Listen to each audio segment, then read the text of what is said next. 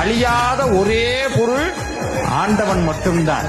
அப்போ ஒரு உண்மையை சொல்றனே, அழியாத பொருள், அழியக்கூடிய பொருள் மேல ஆசையும் அன்பும் பற்றும் வச்சோம்னா நம்மளுடைய சந்தோஷமும் அழிந்துவிடும். அந்த அழியாத பொருளாகிய ஆறுமுகனுடைய திருவடியில் அன்பை வைத்தால் சந்தோஷமும் அழியாது, சந்தோஷமும் அழியாது.